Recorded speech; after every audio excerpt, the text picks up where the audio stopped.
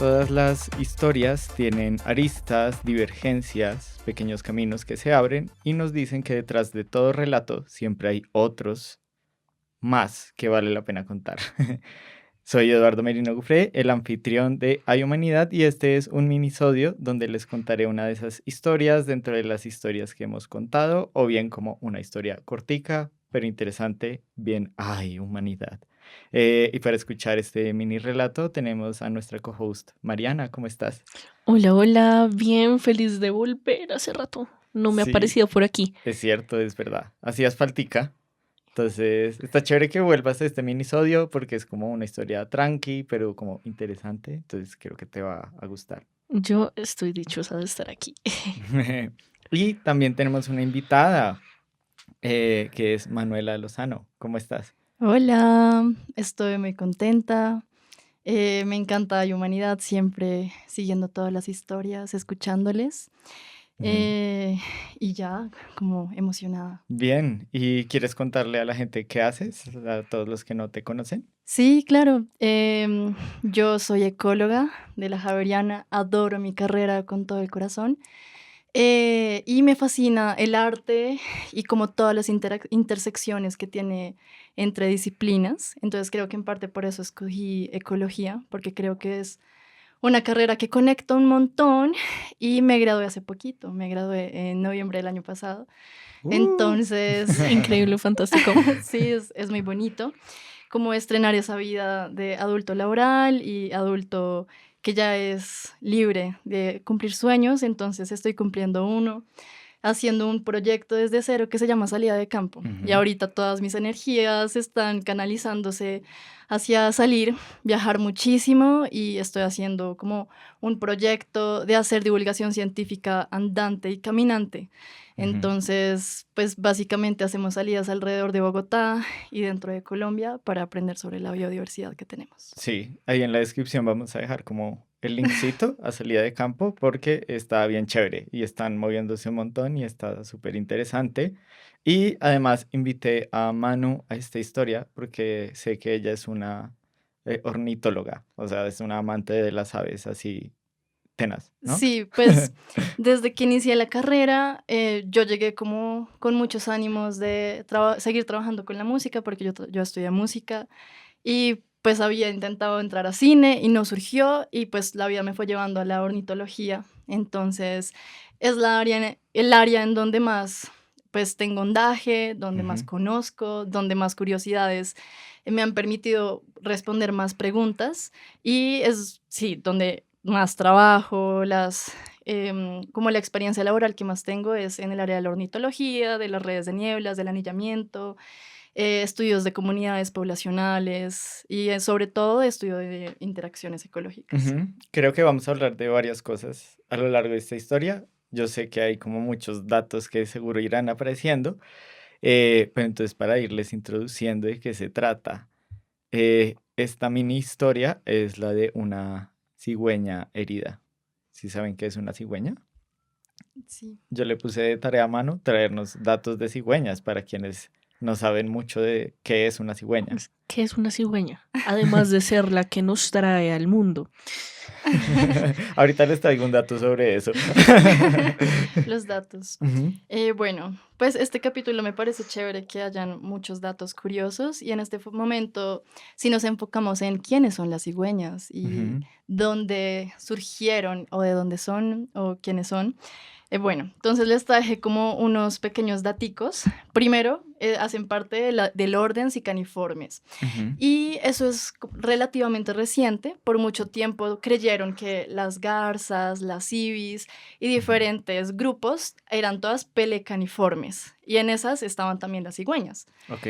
Pero se dieron cuenta que los siconiformes son un orden aparte de los pelecaniformes y tienen una única familia, que es la de las cigüeñas. Ya. Entonces se salió pelecaniformes, se separó de siconiformes y tiene una única familia que tiene 6 géneros y 19 especies. Ok. Entonces eso como contexto Sí. cientifiqueño en el que es, Taxonómico. ajá, la taxonomía, la sistemática y datos curiosos de las cigüeñas. Entonces, tienen un gran componente místico y en la mitología y en las creencias culturales, porque como tienen una tendencia a ser monógamas. Y de hecho lo de sus nidos me pareció precioso.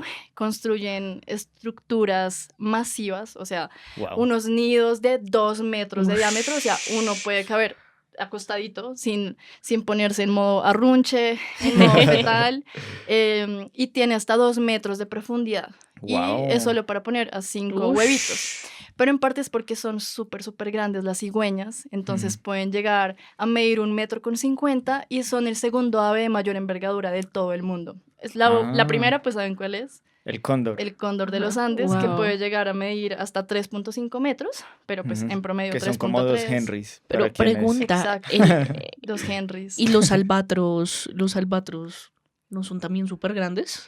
Pero no como las cigüeñas ni como los ¿No? cóndores. Porque las Oh my cigüeñas God. pueden llegar a ser hasta 3,2 metros. Entonces, 3,2 metros las cigüeñas, que es la cigüeña marabú, que es una que está distribuida en África y de hecho es carroñera. Entonces, las cigüeñas no son únicamente Wow. pececitos, carnecita, anfibiositos, sino que también comen carroña, sino que también son súper gigantescas y únicamente le gana pues el cóndor de los Andes. Wow. Pero aquí en el neotrópico, o sea, teniendo en cuenta Centroamérica hasta Suramérica, también es el ave más alta voladora. O sea, sin hablar de las aves no voladoras como pues el ñandú y especies pues que también son gigantes. De las aves voladoras es la más alta. Ya. Y así como otros datos curiosos, planean, igual que pues todas las especies de los chulos, de estos catártidos, y tienen una manera muy eficaz como de administrar su energía durante el vuelo, y lo que hacen es que casi no baten las alas, y por eso me encontré que hubo un señor que se llama Otto Littenthal, que se inspiró en el vuelo de las cigüeñas para hacer unos aviones experimentales. Wow. Y se basó Wow. en unas fotografías de un man que se llama Ottomar Anschutz, que es un fotógrafo de cigüeñas. Al man le encantaban las cigüeñas. Y pues este señor dijo, voy a inspirarme en ellas para diseñar unos aviones planeadores experimentales en el siglo XIX. Así pues, fin de datos curiosos. Pues también, si quieren identificar una garza de una cigüeña, ¿saben cómo lo podrían hacer durante el vuelo? ¿Cómo, No. cómo? ¿Cómo? La manera más sencilla es que las garzas retuercen, o pues como que guardan su cuellito. Ah, Entonces como que lo doblan. Exacto. Ajá. Entonces lo guardan como una tortuguita, así, ¡pop!, lo meten. Mientras que las cigüeñas siempre tienen el cuello erguido, con algunas excepciones. O sea, no todas como que guardan, no todas tienen el cuello erguido, pero la gran mayoría de las cigüeñas tienen el cuello erguido durante el vuelo. Y es como la mayor diferencia para identificar garza de cigüeña. Wow, qué chévere que planeen. Yo quiero ahí añadir unas cositas, y es que para los que nos escuchan y de pronto no están así como en las ciencias biológicas, recordemos que nosotros, los que estudiamos como los organismos vivos, tenemos como una organización muy específica de las cosas que existen en nuestro planeta, ¿no? De los organismos. Entonces va el dominio, el género, la clase y el orden. Ahí va el orden del que nos hablaba Manu, y después va familia, género y especie. Exacto. Y otra cosita que les quería decir acá para los que viven en Colombia, en Venezuela, creo que bueno, nosotros tenemos una cigüeña que es espectacular, es magnífica, de mis aves favoritas. Yo creo que es el garzón soldado. Garzón soldado. Que es un ave enorme que uno ve por los llanos, uno ve por la Orinoquía, y yo no sé cuánto mide mucho más de 1 metro. Y siempre anda de a parejas, es enorme. Ya. Tiene una gula, o sea, en el cuello es roja. Entonces, si tienen la oportunidad de tener su teléfono cerca y buscarla, pues chévere que lo hagan y que conozcan una de las cigüeñas más grandes que hay y que tenemos acá en el país. Chévere, yo tenía esa duda de que cigüeñas viven así en el neotrópico. Entonces yo justamente traje aquí la guía de aves de Colombia. Y en esta página que les estoy mostrando son las únicas 3 especies que se distribuyen aquí en nuestro país. Tenemos aquí el garzón soldado, que es el que acaba de decir Mari, pero tenemos otras 2. Y el garzón soldado se extiende desde México hasta Argentina. O sea, es una ave con una distribución súper extensa. Y, por ejemplo, tenemos esta que se llama Micteria americana y se encuentra en todos los lados menos los Andes, en Colombia. Entonces sí, también me parece muy bonito como aterrizarlo a nivel nacional dentro de Sí, nuestra biodiversidad. Tenemos chévere. únicamente 3 especies de cigüeñas y la gran mayoría de cigüeñas sí están en África. De hecho, Mm. como que Mm, la mayoría de especies, no sé si va a tener alguna relación con la historia que nos va a contar Sí, Eduardo, sí, sí, sí. pero migran Ujú. desde Europa a África. Generalmente esa es wow. su ruta migratoria y generalmente lo hacen en parejas.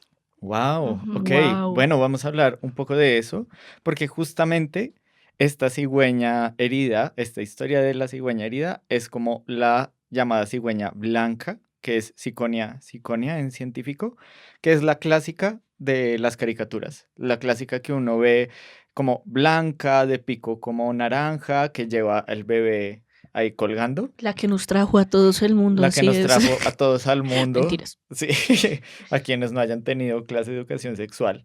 Pero esta cigüeña herida hacía parte justo de una bandada que llegó a una finca del conde Christian Ludwig Reichsgraf von Bothmer, cerca de una ciudad que se llama Cloitz, ¿En En dónde? Alemania. al norte de Alemania. Al Eso norte de queda Alemania. pegadito al mar Báltico y esta bandada llegó en 1822. O sea, esta es una historia del siglo XIX.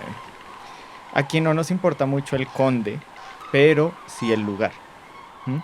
Como ya ha pasado en este podcast, un granjero fue el que notó que estaba la bandada de cigüeñas. Eso no era muy raro, pero sí las vio súper alborotadas. Y estaban alborotadas pues alrededor de una sola y parecía que le estuvieran haciendo bullying, como que estaban picoteando una y no se explicaban por qué, como que decían por qué le están Mm, pegando a esa cigüeña. Cuando el granjero se acercó más, se dio cuenta que no la estaban golpeando o azarando, realmente estaban tratando de salvarla. uy. ¿Qué pasa? Esta cigüeña tenía un palo atravesado en el cuello, ¿sí? Y era un palo que medía más de 80 centímetros, que es como más o menos medio Henry, ¿sí? Uy, grande, Sí. grande. Eh, Le entraba por la base del cuello y le salía un poquito detrás de la cabeza, ¿sí?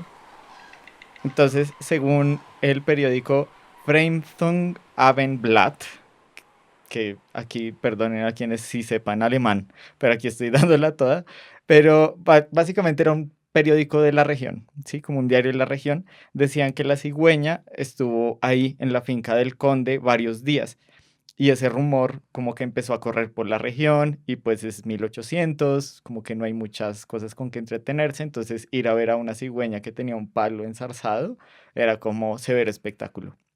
El plan. Sí.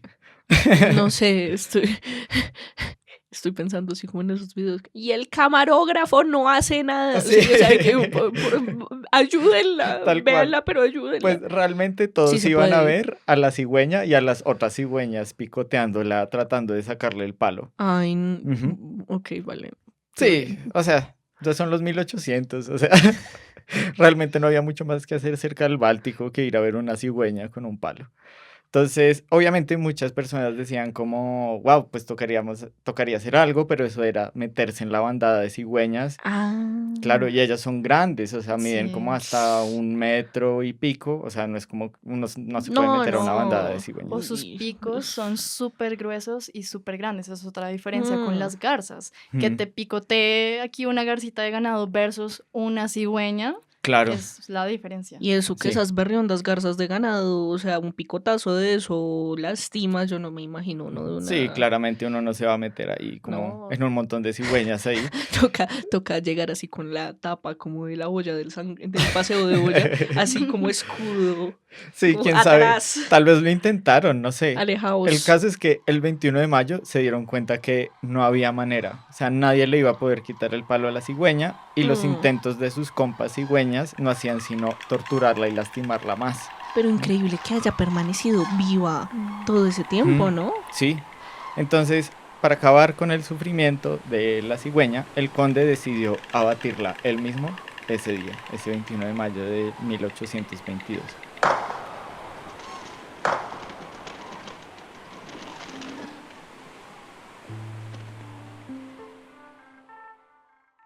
Y la cigüeña murió ahí, pero cuando se acercaron al cuerpo se dieron cuenta que el palo que tenía no era un simple palo. Y ese palo ensartado en una cigüeña herida cambiaría por completo el entendimiento sobre las aves de ahí en adelante.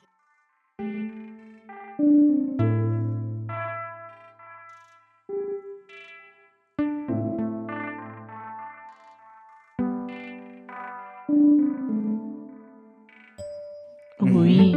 Sí, entonces antes de contarles cómo cambió esto nuestra percepción de las aves, pues también quería contarles una cosa de las cigüeñas y es justamente lo que tú dijiste, Manu, como que ahorita sabemos que tienen unas largas migraciones desde África hasta Europa, pero en ese momento realmente eso no se sabía, ¿sí? También averigüé, aquí para meter otro dato curioso, de dónde viene esa historia de por qué las cigüeñas traen los bebés. Eso se hizo popular por un cuento de Hans Christian Andersen, pero ya era una historia del folclore, sobre todo alemán, ¿sí? Era como esa observación de que son monógamas, de que también como que tenían vuelos muy largos, entonces decían, ah, sí, se traen a los bebés. Pero eh, algo que también investigué es que ellas cometen infanticidio. Ah, sí. Sí.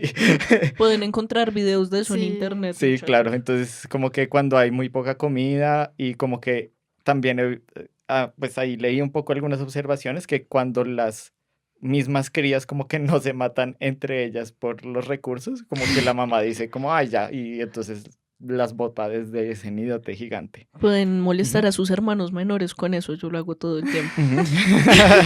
Tirarlos del nido para Sí. asesinarlos Es por el comida. devenir natural de las cosas. Mentiras, te amo, hermanita. Pero sí, hace todo el sentido porque pueden llegar hasta poner 5 huevos. Ujú. Entonces, imagínense tener una presión de estrés, que no haya tanta Claro. disponibilidad de recursos. Claro. 5 crías, 5 Sí. niños que tener Es que alimentar. mucho. Aparte que duran un montón las crías en el nido. Miren, Ajá. pueden poner hasta de 3 a 5 huevos y dura 30 a 50 días en eclosionar el huevito. Y luego los polluelos pueden durar de 7 a 18 semanas. Imagínense, Claro, eso por es un 18 montón. semanas estar alimentando a 5 manes y a ti y a tu pareja o a Además, tu pareja. O sea, sí. ¿cuántos meses es eso? O sea, no, es demasiado. Sí, Demasiado. pues sería 1 año y medio, más o menos 18 Sí. meses. Ush, es mucho tiempo. Sí, entonces, claro, justamente también eso un poco habla el cuento de Hans Christian Andersen, ahí me lo leí, pues para no hacerles el spoiler, son como unas cigüeñas bebés a las que les insultan, les hacen bullying unos niños y ellas siempre están hablando de vengarse de ellos, pero la mamá les dice, no, no les pongan atención, vámonos a volar a África, ¿sí?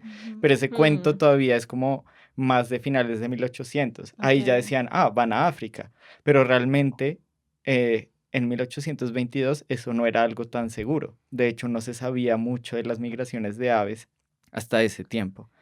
Yo quiero ahí Ujú, meter una cucharada y es que el asunto de las migraciones fue una super plot twist. Y es que ujú, por mucho tiempo todos los esfuerzos de conservación iban dirigidos a Europa. Y es como, oh sí, en ujú, Europa tenemos todas las aves anilladas y un montón de nuestros recursos y de nuestros bolsillos pues dirigidos a la ecología ujú. que tenemos, van a nuestras aves de Europa. Eran súper patriotas. Claro. Y yo no sé si por eso va a ir la historia, pero en el momento en que descubren que las especies migran y que no es que ellas también sean patriotas y que también tengan Ujú. estas fronteras geopolíticas, sino que, oh, están conectando 2 continentes, uno Ujú, súper marginado y el otro, pues, una potencia, así como la Unión Europea. Ahí fue un golpe para la conservación a nivel mundial, porque fue mm, como, ah, no solo tenemos que invertir en la conservación de Europa, sino que hay que también pensar en sus rutas migratorias. Y eso ujú. digamos que se podría pues extrapolar al caso de Latinoamérica. Claro, sí, sí, o sea, eso está muy chévere porque va para ahí un poco la historia. Porque, claro, eso sucedió cuando ya se supo que había rutas migratorias. Pero entonces uno dice, ¿qué pasaba antes cuando no se sabía que había rutas migratorias y que además eran Mm. tan grandes? Entonces, por lo menos en la Europa antigua tenían un montón de teorías y relatos súper locos que explicaban a dónde se iban las aves en el invierno, ¿sí? Entonces, obviamente no me iba a quedar sin contárselos, A ¿sí? ver, a ver. Entonces, la historia o el relato escrito más antiguo que se tiene sobre migración de aves o que medio las menciona está en la Ilíada de Homero, que fue escrita en el siglo VIII antes de nuestra era, ¿sí? Entonces, en ella dice que los troyanos sonaban como, entre comillas, el chillido de las grullas que descienden del cielo, que huyen del invierno y las terribles lluvias, y vuelan hacia el fin del mundo, trayendo muerte y perdición a los hombres pigmeos, mientras inician una feroz batalla al amanecer. Entonces la creencia, o lo que uno infiere es que en Grecia se creía que las grullas viajaban en invierno a pelearse con unos pigmeos que vivían al final del mundo. En las Es antípodas. Sí, extrañamente específico, pero puntos por creatividad. sí. Además, pues el fin del mundo era como hasta Egipto, pues para los griegos, Sí, ¿no? sí es Entonces cierto. era como, pues van, se pelean a los pigmeos y después vuelven. Pero entonces no sé de dónde salió eso, pero es muy interesante ese dato. Unos 5 siglos después de que salió la Ilíada, llega como Aristóteles. Y él escribió en su Historia Animalum que había reportes de grullas y de cigüeñas que llegaban como a las orillas del río Nilo, como ahí a la costa. Pero entonces uno diría como, entonces las demás aves, pues también, ¿no? Pero para Aristóteles eso no era posible, sobre todo para aves muy pequeñas que se desaparecían en invierno. Entonces él decía, no, esa es una idea muy absurda, como que esa teoría no la podemos aceptar. Entonces propuso 2 teorías un poco menos descabelladas. Una que se congelaban en invierno y la otra que se transformaban, o sea, hacían como metamorfosis durante el invierno y por eso no se veían. Ey, Ok. me parece que, o sea, re interesante porque si bien, bueno, yo no sé si allá aves que hagan eso, pero que hay anfibios que sí se congelan. Y O los de pues, Avatar, por ejemplo, eso es Ah, real. sí, sí, se, ¿sí? se Ujú. bajan su metabolismo y quedan como congeladitos durante el invierno. E incluso hace poquito me enteré de que hay algunos caimanes que durante el invierno bajan sus tasas metabólicas un montón y Ujú, lo que hacen es meterse en el agüita y sacar la nariz. Y el lago donde está, ¿no? El cuerpo de agua en el que están se congela, pues ustedes saben que cuando los cuerpos de agua se congelan, solo se congela la parte de arriba, ¿no? Como la capa superficial y ujú. abajo permanece líquido. Entonces ellos sacan la naricita, se congela el agua alrededor de ellos, pero ellos tienen la naricita por fuera para respirar y pueden durar así mucho tiempo, como Ujú. con o sea, respirando suavecito, suavecito, hasta que se descongela. Pues, o sea, las temperaturas comienzan a Va un poco elevarse. para allá la teoría que tenía Aristóteles, ¿sí? Sí, o sea, creo que he was onto something, o sea, Sí, de hecho lo que mencionas de las ranitas es específicamente una especie, se llama Litobates sylvaticus y Ujú. ella puede congelar hasta el 45% de su cuerpo. O sea, es una locura. Wow. Y no, ahorita es que que locos. preguntabas en el Ujú. caso de las aves, hay también mecanismos y estrategias como similares a la hibernación, es decir, que Ujú. se reduce al máximo el metabolismo, los latidos de corazón, y Ujú. eso en colibríes, por ejemplo, se llama torpor y es muy común, como que estás Mm, caminando y de repente hay un colibrí así como súper quietico y tú te puedes acercar incluso bastante y no se va. Wow. Ese es un pequeño grado como de hibernación, obviamente no sí. tanto como estos otros ejemplos que estamos Ujú. hablando. Y ahorita que hablaste de Aristóteles, yo quería decirles que me recuerda mucho a su teoría sobre la generación espontánea. O sea, no me extraña También. que el man también dijera, oh, no, ellos se Solo transforman. aparecen ahí. Sí. Ajá, porque el Sí. man también decía como que el man se miraba los bolsillos y él veía basurita, como migajas y basura. Bueno, Ajá. los manes debían ser resucios. El Sí. punto es que él veía de repente moscas y él decía que la generación espontánea es que literalmente la vida surge de la Sí. basura. Pues, Además, me encanta que es muy de hombre, como, no es por mi desorden, como que solo están surgiendo cosas ahí en mis bolsillos y se metamorfosean. Acabo O de sea, sentirme tan bien conmigo misma. Nunca he dejado la maleta tan sucia como para que para... aparezcan moscas dentro de la Muy maleta. bien. Sí. Aristóteles Aristóteles, te superaba. Sí. mal ahí, También como que Aristóteles. hacía guardando, bueno, en Pero fin. su intuición no le mintió en No, este caso. y pues píllense como él pensaba o como desde qué observaciones él decía que las aves se metamorfoseaban. Entonces, Él decía que los colirrojos, que son unos pajaritos como de pancita naranja, se transformaban en zorzales en el invierno, Ok. ¿sí? Y lo mismo Mm. con unas especies de reinitas, que son unos pájaros de colores amarillos súper lindos.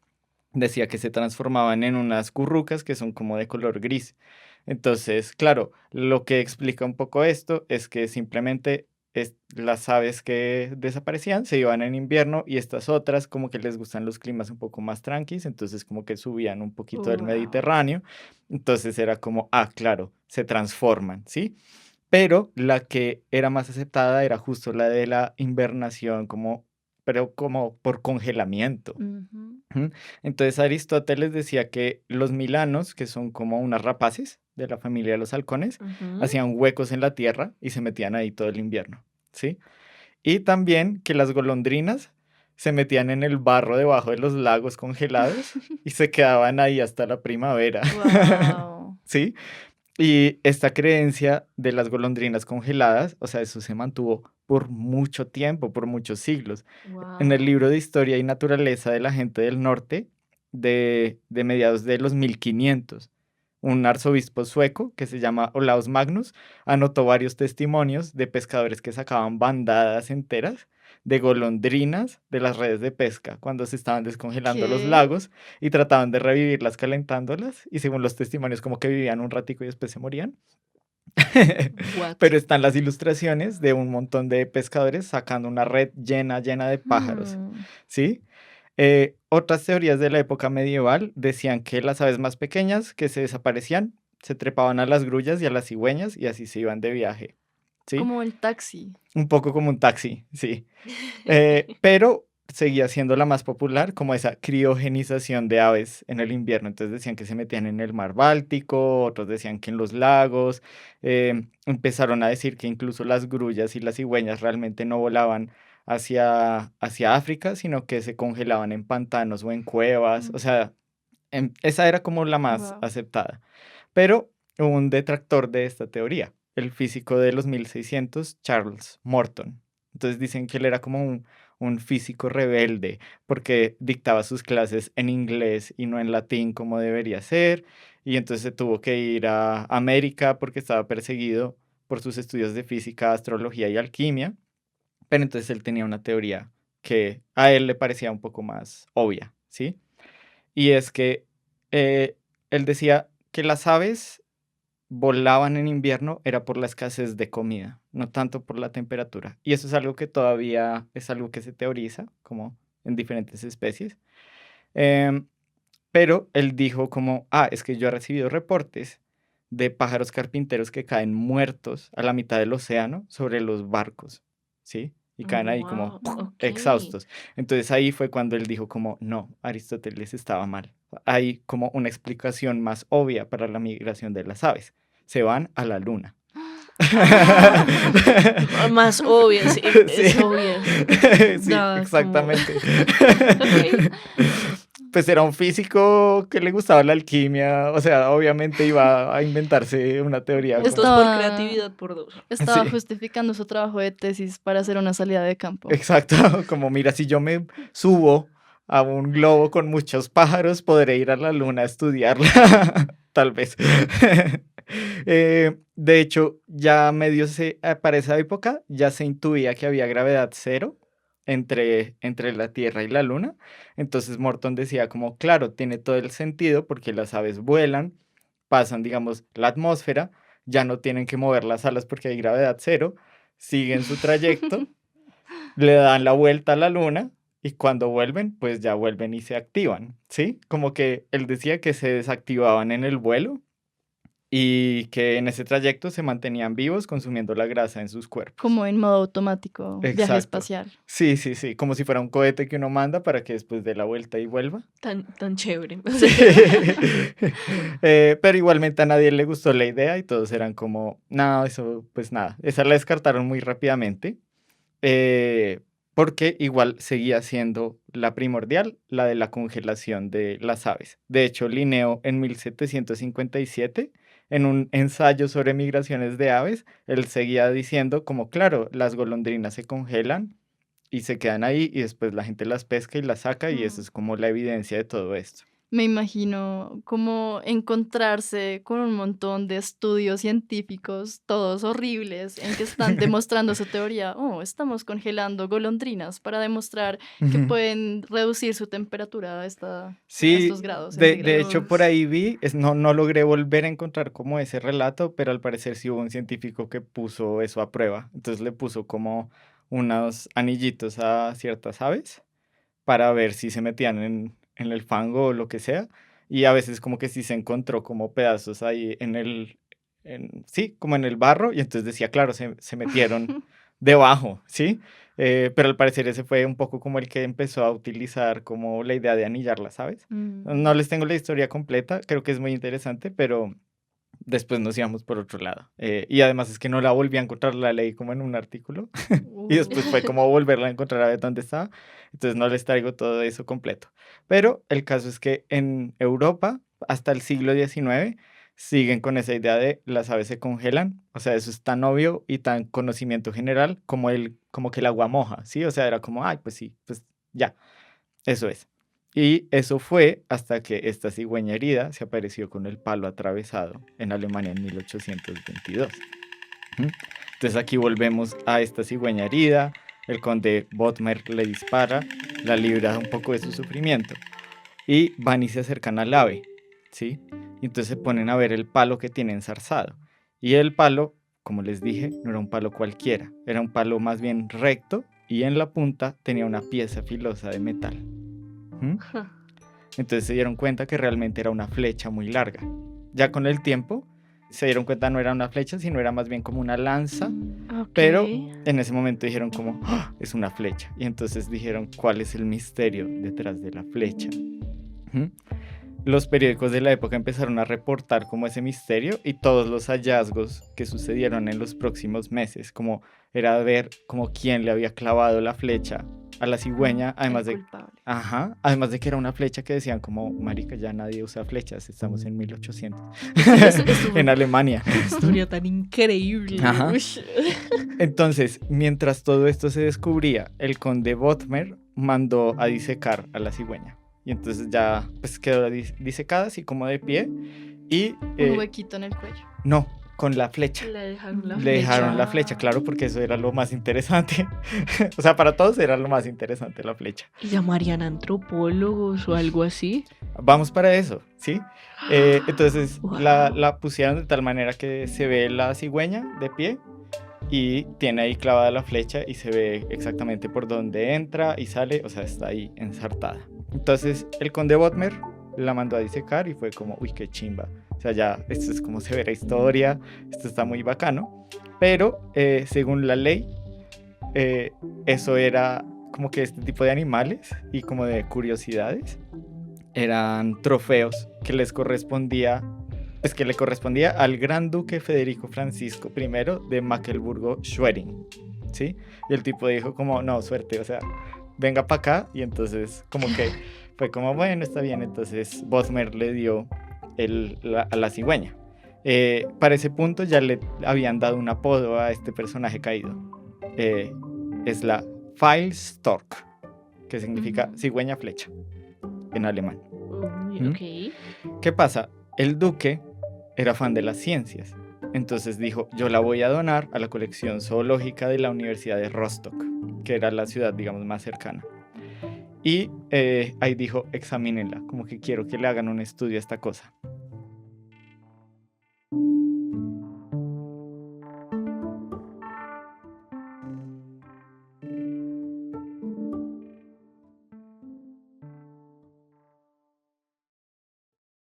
Y ahí el médico, liquenólogo, botánico, micólogo, taxónomo y religioso alemán Heinrich Gustav Florck, o Fliorke, no sé cómo se pronuncia, es F-L-O con dos punticos arriba, R-K-E. Me Bueno, encanta que en esa época cada persona, su especialidad o su disciplina era como un pensum universitario actualmente. Son Sí. como sí, de todos.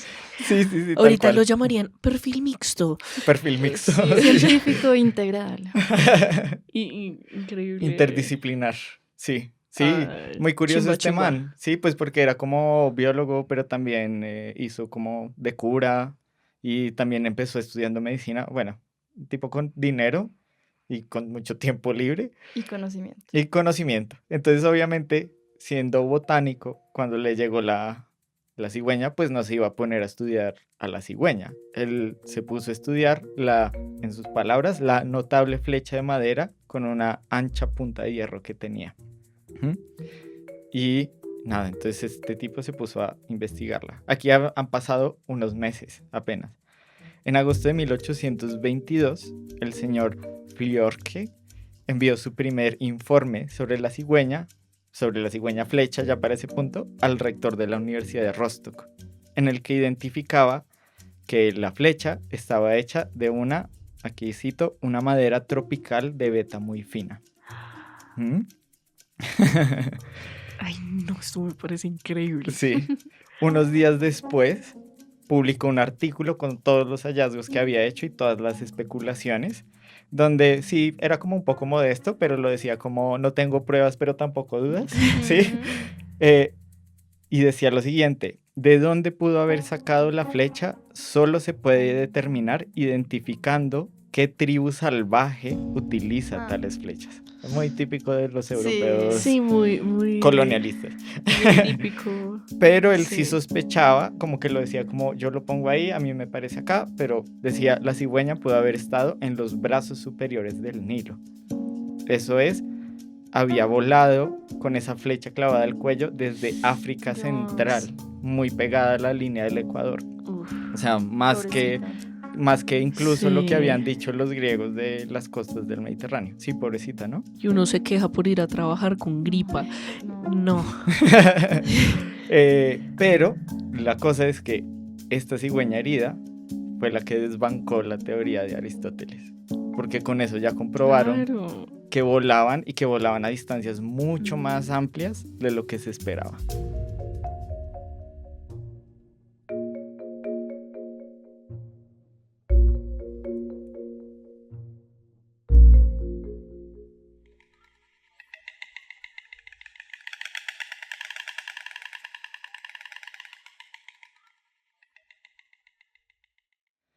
Unos años después, durante el siglo XIX, hubo más de 20 reportes, dicen que fueron 24 o 25 reportes de otras cigüeñas que llegaban a Alemania con flechas y con lanzas que provenían de África Central.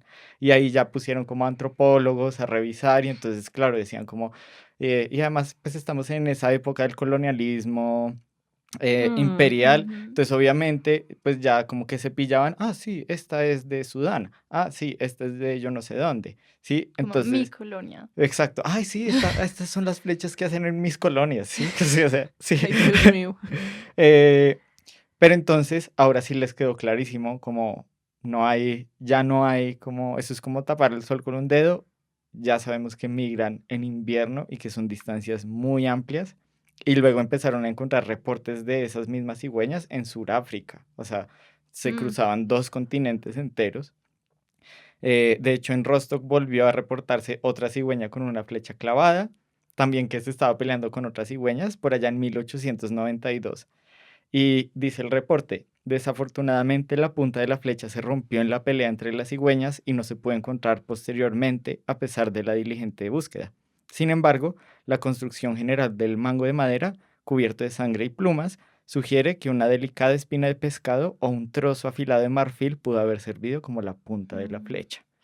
¿Mm? Entonces ya empezaron como a ver esos patrones y gracias a esta cigüeña flecha que ahora está disecada en el Museo de Historia Natural de Rostock, se logró como desentramar como esa idea de la migración de las aves. Y esta ave realmente es como, si ustedes buscan artículos, es como súper mítica porque es como el ave Claro. que nos hizo entender a los humanos las migraciones de aves. Wow. ¿Mm? Nada más y nada menos. Nada más y nada menos. Ajá. Me parece increíble que sepamos que las aves migran, o sea, pues como, no sé, Occidente, Ujú. hace tan poquito. O sea, eso Sí, realmente no es Mm. hace tanto. exacto. Y ahorita Una coincidencia muy... claro, y tú ves, digamos, mapas incluso de 1900 de las migraciones de Ujú. aves y son recorticos, como que todavía, como que esa información se demoró como en tomar cancha. Sí. Pero entonces eso es ahí lo que dijo Mari es clave, como es en Occidente. ¿Sí? Aquí hay un pero muy grande porque esto viene desde la ciencia eurocentrista. Sí. ¿Mm? Claro. ¿Sí? Este relato obviamente lo cuentan como si la cigüeña hubiera cambiado por completo el entendimiento de toda la humanidad sobre las migraciones, pero realmente no es tan así. ¿Sí? Tal como lo dice Nancy J. Jacobs en un ensayo que se llama Africa, Europe and the Birds Between Them, o sea, África, Europa y las aves entre ellas. Ujú. En el sur de África también tenían observaciones de que las cigüeñas se iban en el invierno, también había como mitos de que se escondían en las cuevas cuando se iban, pero, por ejemplo, para la gente del Sahara ya era conocido el hecho de que las golondrinas atravesaban la costa del Mediterráneo y llegaban hasta Timbuktu, que queda al otro lado del Sahara. Y esa información ya la tenían y ya era como, ah, sí, sí, como que vuelan y llegan hasta Sí, cultura Timbuktu general. y después se devuelven. Como que ese conocimiento ya existía.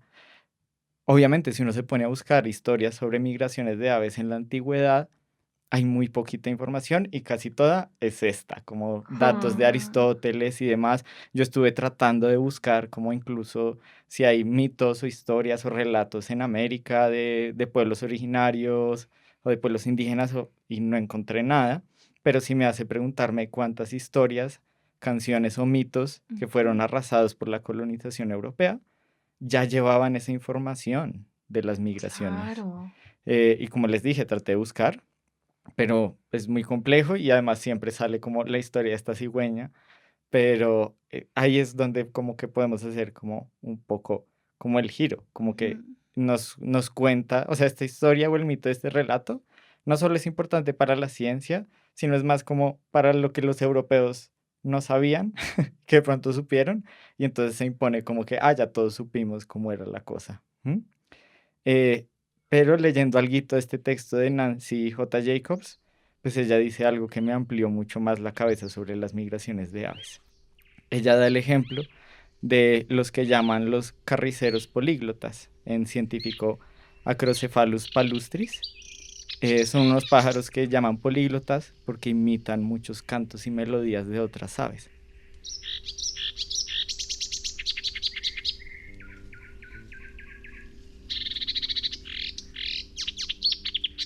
Entonces, según Jacobs, por siglos, estos pájaros estuvieron llevando a Europa los cantos que habían aprendido y copiado de otras aves en África, Claro. pero Wow. solo hasta hace poco nos dimos cuenta de ellos.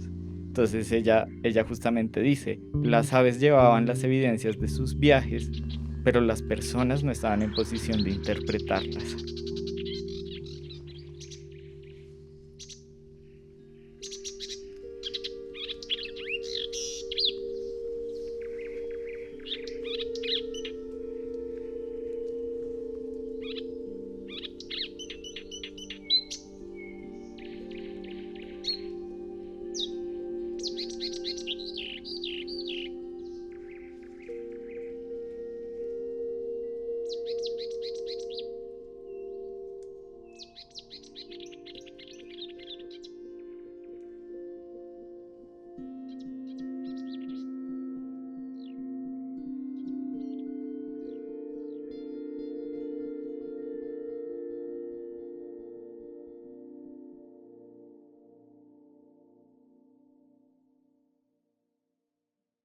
Yo aquí quiero hacer una preguntita a Manu. Mm.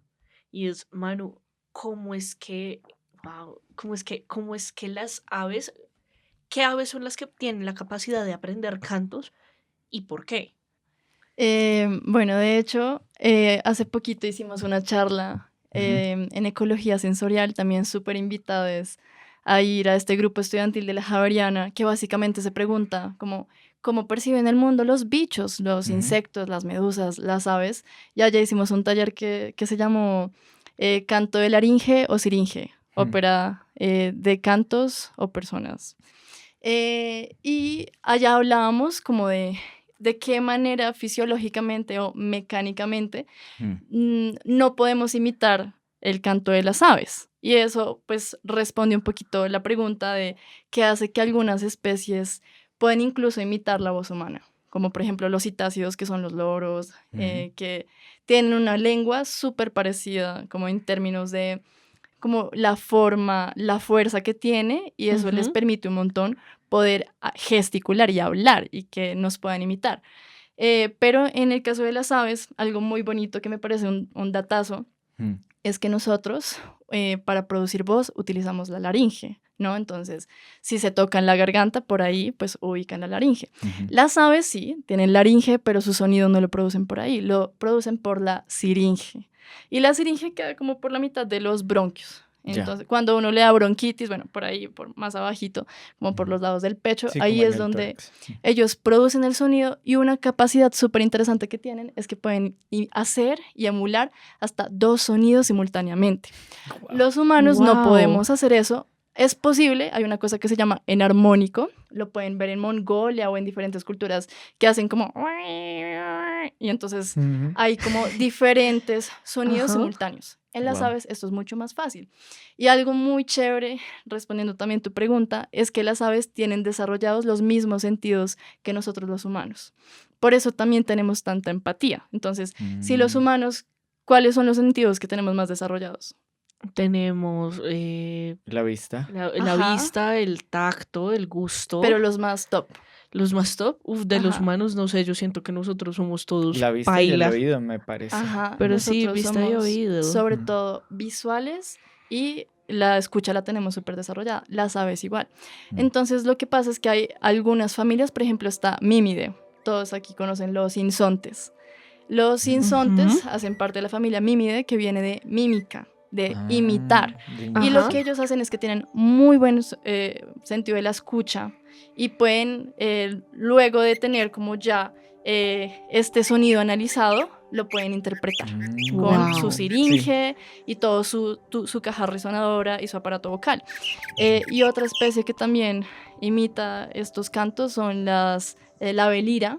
Ustedes pueden ver que no solo imitan cantos, sino que también pueden imitar sonidos mecánicos, como el clic de una cámara reflex. O pueden imitar un niño llorando, una máquina excavadora, eso es un poco deprimente. Ellas imitan este sonido. Y también pitos de carro, sí. He visto cosas así.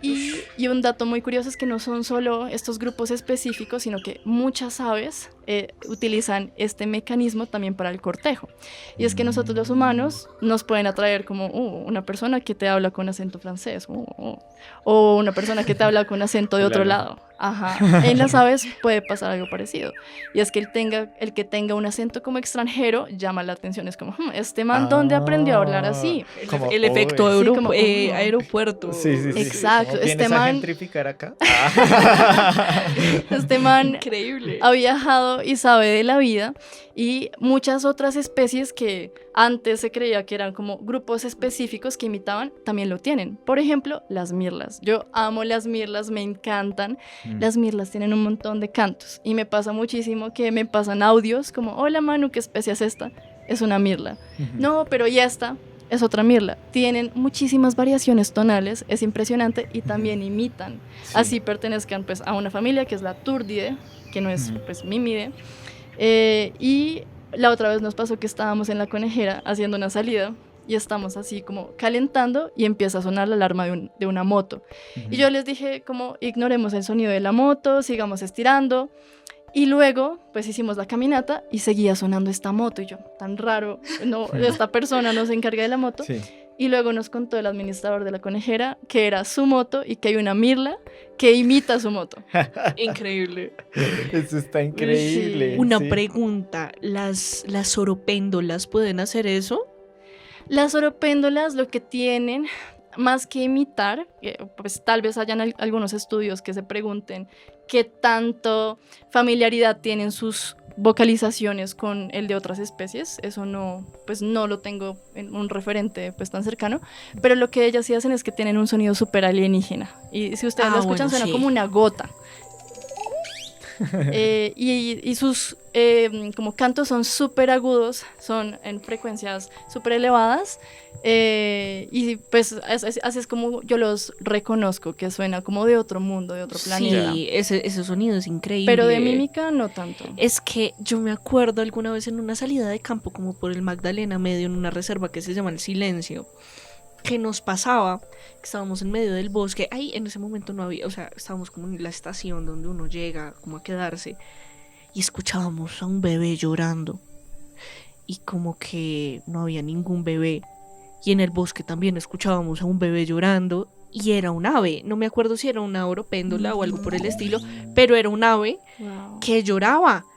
Y me ha pasado en otras partes del país con loros Qué también, con nota. guacamayas, que uno está como así casual en el bosque y comienzan La Llorona. y uno se asusta. Ah, Una se asusta. Ahora es que si era un bebé llorando y todos como, debe ser un ave. La oropéndola. Ese Eso un debe bebé ser así una todo oropéndola. omnipresente, Sí. llorando. Si se asustan algún día caminando en el bosque, de pronto no es la Llorona, de pronto es un pájaro que está ahí, Sí, O haciéndoles como bullying. O tal vez seduciendo sí, a alguien. o tal vez sí, tal vez sí. ¿Qué tal? ¿Qué tal? O sea, no Sí, sabemos. también, es cierto, es cierto. Pero bueno, Recuerden que su peor pensamiento seguramente es verdad. seguramente Siempre. es. Sí, sí, ahí para subirles la ansiedad. Pero entonces está chévere esta idea de que esos cantos estaban ahí. Sobre todo ahorita que estamos en septiembre, cuando grabamos y vamos a publicar este podcast, que estamos en la época en la que al trópico llegan un montón de aves migratorias. Sí, las boreales. Exacto, entonces este es como un llamado pues para prestarles atención, como qué cantos se llevan de acá o qué cantos o semillas o palos o bichos o traen de allá o O flechas. flechas.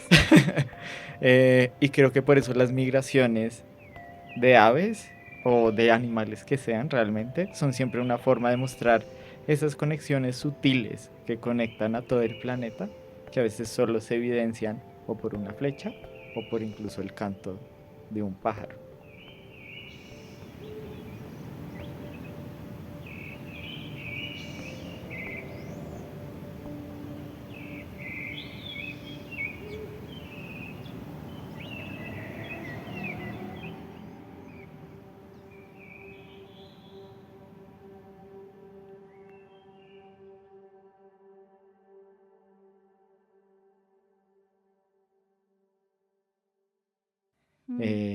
Y que hayamos aprendido esto gracias a una cigüeña apuñalada, en vez de prestar Sí. atención a los cantos y de pronto a algunos relatos perdidos, me hace decir, Ay, ¡ay, humanidad! humanidad! Entonces, esa es la historia de la cigüeña herida. ¿Qué les pareció? Ay, a mí me encanta.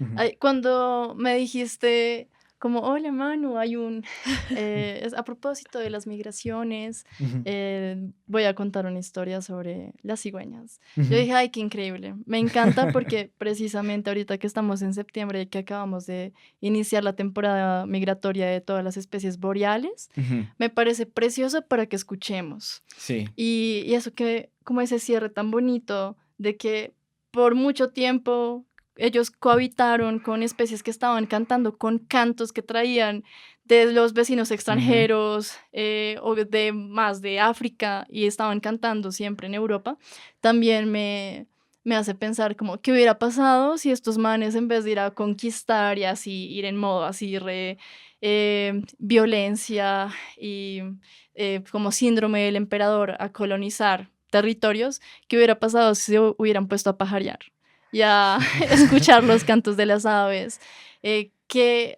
Como eso, ¿qué implicaciones habría tenido en solamente pensando en la ciencia, en la Mm, ornitología y ya pues como escuchar? Me parece algo sí, precioso. muy bello. Y Mari, ¿qué tal te pareció esta historia de la cigüeña herida? Me parece fascinante. Porque mi admiración a las cigüeñas que hicieron esos viajes con flechas en el cuello, Sí, re que duras. duro, la verdad, pero también como de esas serendipias Mm, que están todo el tiempo ahí en las historias, como en la historia de la ciencia occidental y pues en la historia como del conocimiento, ¿no? mm, Y nos muestra cómo la naturaleza y los humanos no estamos ahí separaditos y solos, sino que todo es una interacción y, y así es que sabemos cosas. También me recuerda un poquito algo que de pronto podemos hablar en otro momento, cuéntenos en los comentarios si quisieran que habláramos de eso, y es de la transmisión de los cantos en las ballenas, mm. que las ballenas también llegan y pues migran Y son y políglotas. sí, y se encuentran y como que charlan y aprenden unas poblaciones los cantos de las otras poblaciones y a veces se mezclan individuos entre poblaciones y termina transmitiéndose a través del tiempo una canción por todo el mundo. Mm. Entonces me recuerda mucho a eso y la verdad quedé muy fascinada por la historia. Quedé Sí, feliz. Sí, qué bello. Bueno, gracias por escuchar esta historia, este minisodio que se volvió un poco más largo, pero valía la pena la conversa. Entonces, gracias a ustedes por venir. no, a ti, Mari. Gracias a Trevolem Studio por acogernos siempre, a nuestros seguidores. Recuerden seguirnos en nuestra página de Instagram, ay.humanidad.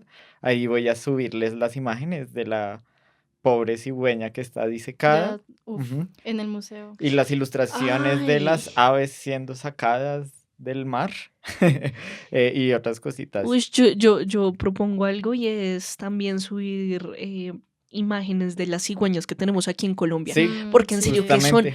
un Ujú. espectáculo y si tienen la oportunidad de ir a verlas, o sea, en serio uf, que no se la pierdan. Exactamente. Es Ahí hermoso, es una escaneamos cosa el absurda. librito de aves de Colombia y ahí sale, porque está bien bonita la ilustración y para que lo puedan ver. Ya por último, bueno, Manu, ¿cómo pueden conocer los proyectos en los que estás y saber un poco en qué andas? Sí, también aprovechen que ahorita estamos en temporada de aves migratorias y Ujú, súper invitadas a que participen en salida de campo con ujú, nuestras salidas de campo. Hacemos salidas todos los fines de semana y son salidas de turismo científico naturalista. Así que cualquier cosa estamos en Instagram como salida de campo. ujú. Si quieren hacer parte del grupo de WhatsApp, ahí estamos publicando todo lo que hacemos. Y pues mi fuerte es la ornitología, entonces sí, voy a hablarles mucho de aves, pero la idea es también que pues Súper. vayamos atentos a lo que se nos muestre. Chéverísimo. Me encanta, me Sí, encanta. sí, ahí como en la descripción les voy a dejar todos esos enlaces para que solo tengan que hacer clic y ya ven todo lo que están haciendo con salida de campo y conocen a Manu y todas sus chocoaventuras. Y Mari, ¿cómo te pueden buscar a ti y saber más de lo que haces? Bueno, yo como siempre muy presente en Pesquisa Javeriana, entonces en Instagram nos encuentran como @pesquisa javeriana. Tenemos un sitio web, una edición web donde estamos subiendo artículos acerca de investigación, ciencia, subimos como 3, 4 artículos a la semana, entonces para que estén pendientes, se vienen unos reels muy chéveres ahorita en septiembre y octubre. Ujú. Y a mí me pueden encontrar como La Fiebre de un Sábado Azul, todas las palabras separadas por puntos, donde voy a estar compartiendo como cositas que me parecen interesantes. Últimamente he agarrado a subir un poquito más de como de historias contando cositas de ciencia y de biología, así que si quieren estar pendiente, ahí nos vemos, por ahí me pueden escribir cualquier cosa que necesiten, que se les ocurra. Y nada, los amamos. Eso, buenísimo, los amamos. Y a mí me pueden encontrar en redes como Taxomonías y ahí pueden sugerirme y bombardearme con golondrinas congeladas o con historias de así, parecidas para contar. Y bueno, ya con eso, pues apagué Y y vámonos. vámonos.